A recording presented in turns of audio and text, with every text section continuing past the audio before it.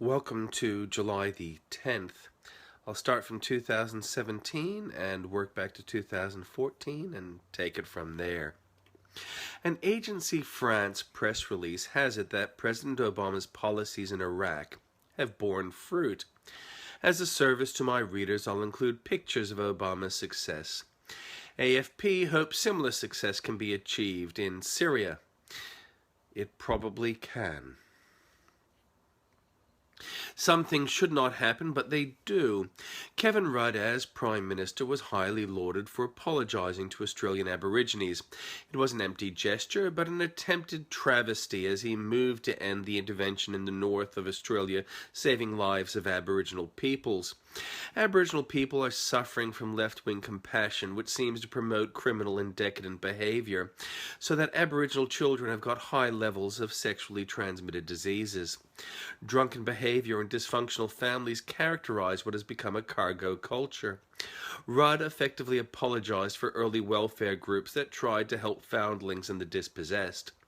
Rudd referred to a myth of a stolen generation which very few have been identified, who were stolen from their parents to be raised by the state. It was an empty gesture of Rudd, but he's still highly lauded for it. It is apparent that Turnbull cannot achieve anything worthwhile as Prime Minister, except further humiliation. So he must be looking for a note on which to finish so as to define his term. Turnbull is looking for a Rudd-like empty gesture. Same-sex marriage could be that.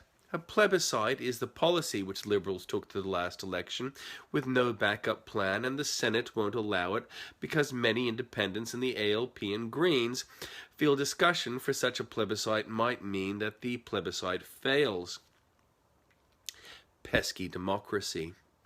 So now, a Lib backbencher, possibly with Turnbull's encouragement, is threatening to cross the party floor and move for a parliamentary vote without a plebiscite or discussion. Personally, I don't feel government should be involved with people's sex lives where consent is achieved, but I also want protection for churches which act on conscience, something a member's bill might not do. There are lots of legal things I would never do. An empty gesture like Rudd, for which Turnbull can point as a crowning achievement. It is probably too late for Turnbull to bear a child while in office. In 138, Emperor Hadrian died after heart failure at Baiae. He was buried at Rome in the tomb of Hadrian beside his late wife, Vibia Sabina. In 988, the Norse king, Glun Urain, recognized Mael Secnail, the second High King of Ireland, and agreed to pay taxes and accept Brehon law. The event is considered to be the founding of the city of Dublin. In 1212, the most severe of several early fires of London burned most of the city to the ground. In 1499, the Portuguese explorer Nicolau Coelho returned to Lisbon after discovering the sea route to India as a companion of Vasco da Gama. 1519, Zhu Chenhao declared the Ming Dynasty Emperor Zhengde a usurper, beginning the Prince of Ning rebellion, and led his army north in an attempt to capture Nanjing. In 1584, William I of Orange was assassinated in his home in Delft, Holland, by Balthazar Gerard.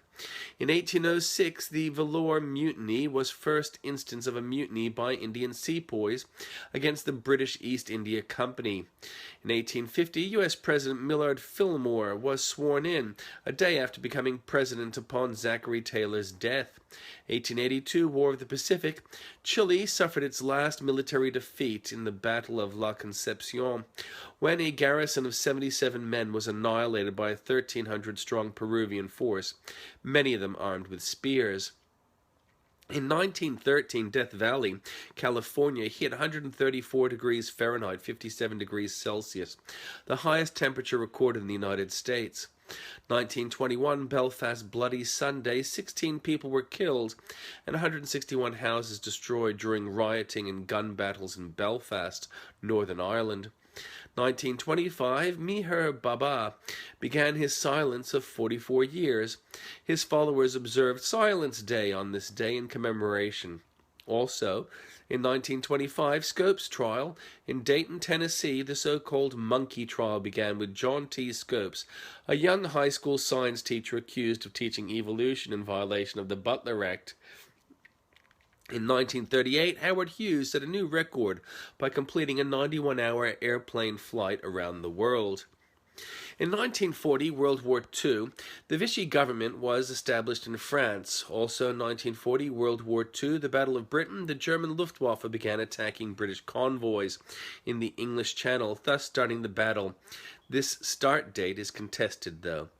1941, Jedwabne program, the massacre of Jewish people in and near the village of Jedwabne in Poland. 1942, diplomatic relations between the Netherlands and the Soviet Union were established. Also, 1942, World War II, an American pilot spotted a downed intact Mitsubishi A6M0 on Akutan Island, the Akutan Zero, that the U.S. Navy used to learn the aircraft's flight characteristics. In 1946, Hungarian hyperinflation sets a record with inflation of 348.46% per day, or prices doubling every 11 hours. In 1962, Telstar, the world's first communications satellite, was launched into orbit. 1966, the Chicago Freedom Movement, led by Martin Luther King Jr., held a rally at Soldier Field in Chicago, Illinois. As many as 60,000 people came to hear Dr. King, as well as Mahalia Jackson, Stevie Wonder, and Peter, Paul, and Mary. 1976, 1 American and 3 British mercenaries were executed in Angola following the Luanda trial. In 1985, Greenpeace vessel Rainbow Warrior was bombed and sunk in Auckland Harbour by French DGSE agents, killing Fernando Pereira. In 1991, the South African cricket team was readmitted into the International Cricket Council following the end of apartheid. Also in 1991, Boris Yeltsin took office and the first elected president of Russia. 1992, in Miami, Florida, a former Panamanian leader, Manuel Noriega, was sentenced to 40 years in prison for drug and racketeering violations.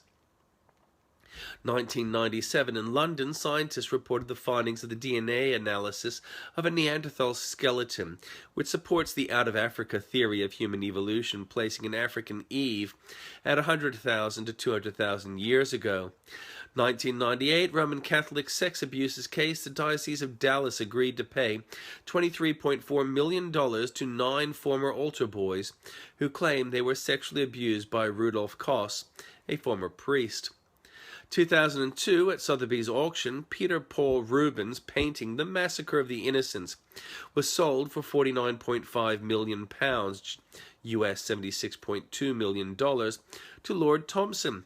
2008, former Macedonian Interior Minister Luba Boskoy was acquitted of all charges by a United Nations tribunal accusing him of war crimes.